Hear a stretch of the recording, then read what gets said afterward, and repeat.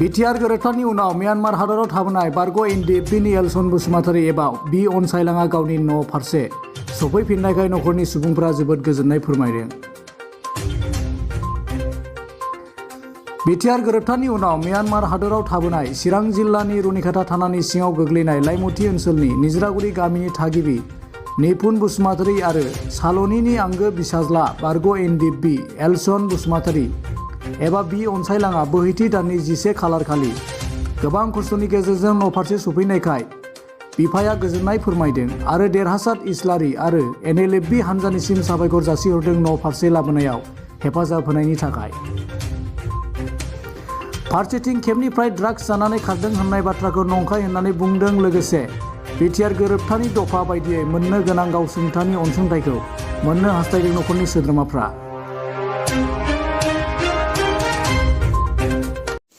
जे नोंथांनि सासे फिसाला बियो मोनसे एलसन बसुमतारी बिथाङा बिटिआर सुक्ति जाखांनायनि उनावबो बिटिआर सुक्ति जानायजों लोगोसे गोबां एनडिएफबिफोरानो फैजोबदोंमोन, खिन्थु बिथाङा मानिबा खारनावहाय म्यानमार रायजोआव थाबथानानै थाबोनो गोनां जादोंमोन। दा बिथाङा नै साननैसोनि सिगां नोंथांनि न'आवहाय फैफिननो हाबाय। बिनि सायाव माबायदि फिल खालामदों, माबायदि गोजोननाय फोरमायो?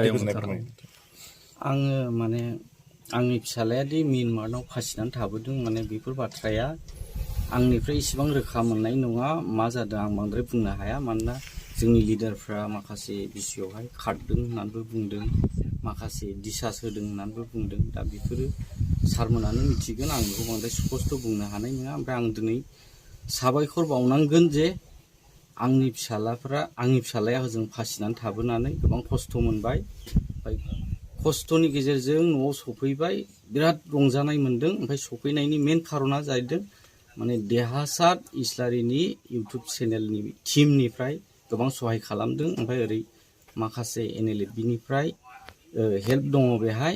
ओमफ्राय आङो दिनै आंनि फिसाखौ आंनो होफैग्राफोरनो गोबां मान मर्यादा होनांगौमोन, जाहोनांगौ लोंहोनांगौमोन।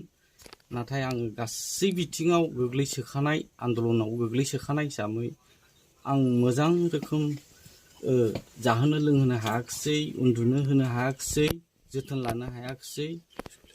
बिथांमोनाखौ आं बहुद बरायनांगौमोन, नाथाय बिसोरखौ इसोरानो लामा देखायथोंसै। ओमफ्राय आङो जेबो होनो हानाय नङा बिथांमोननो, मानोना आं गासै बिथिङाव गोग्लैसोखानाय आरो रंजानाय मोन्दों, बहुद खुसि मोन्दों। दा आंनि फिसाखौ थैनायनिफ्राय आं थांखांफिननाय बायदि मोननानै लादों आरो। बेसे गोबावनि उनाव सफैगोन बियो 8 बोसोरनि उनाव सफैदों। एनडिएफबिमोन? औ, एनडिएफबिमोन। जे एनडिएफबिनि माखासे एक्स एनडिएफबि रिहेबिलिटेसन जे बिटिआर सुक्तिनि उनावहाय एनडिएफबिफ्रा जे दा नोंथांनि फिसालाया मोननांगौ, मारैहाय बेबस्था? मा फिल खालामनो सानो?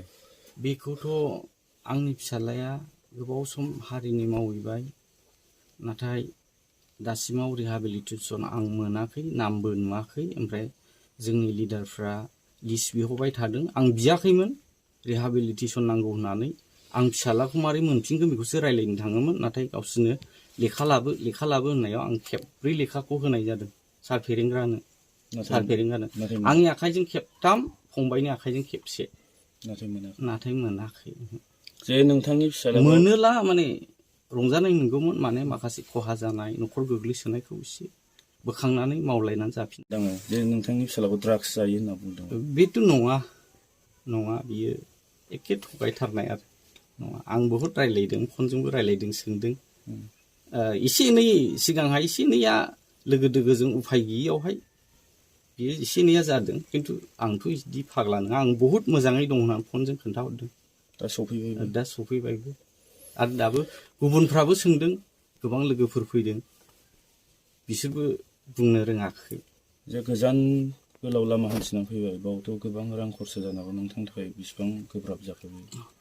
रांनि बेलायावहाय आं गासैखौबो कमप्लिट हाखायाखै, हयथ' सोरनिबा हेफाजाब दं। आं माखासे गारदों गारनाया, खिन्थु माखासेया ओरै जोङो फोदै देरहासार इउटुब चेनेलनि बिथाङासो मिथिगौ सोर सोरनिफ्राय रां लानानै बिनि गासै खरसखौ गारदों।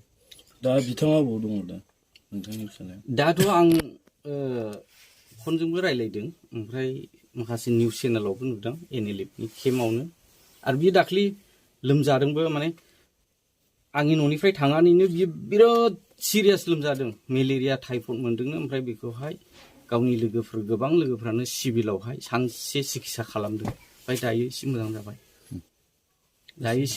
ओमफ्राय दा आं निउसाव नुदों फनजोंबो रायलायदों NLFनि केम्पआवनो दं दे थेंक इउ ओमफ्राय खबर हरदों दे आं 15-20 दिनसोनि उनावहाय न'आव थांनो मोनगोन बाबा होननानै बे खोथाखौ आंनो खबर हरनानै दोनदों आरो दा बिथाङा जे डाइरेक्ट फैनाय लोगो लोगो NLFआव जइन जाहैनाय जाबाय बियो मारै बिदि थाहैनाय गोनां जाखो जेनेबा बेखौहाय आङोथ' रायलायनाय मानायाव गासिबो गैया खिन्थु आङो एसे हमदांनो हादों जे माने जोंनि लिडारफ्रा रावबो आंनि फिसानि थाखाय माथा मारियैयावहाय हयथ' बेफोरो जादों खोमा बेजों थाहैनो गोनां जादों खोमा आंनि स्टाडियाव आरो आंबोथ' डाइरेक्ट होनाखै बेयाव थाहैदो होननानै खिन्थु जोंनि माखासे लिडारफ्रा रावबो रिसपन्स होयैनि थाखाय बियो जादों सम्भब बेबायदि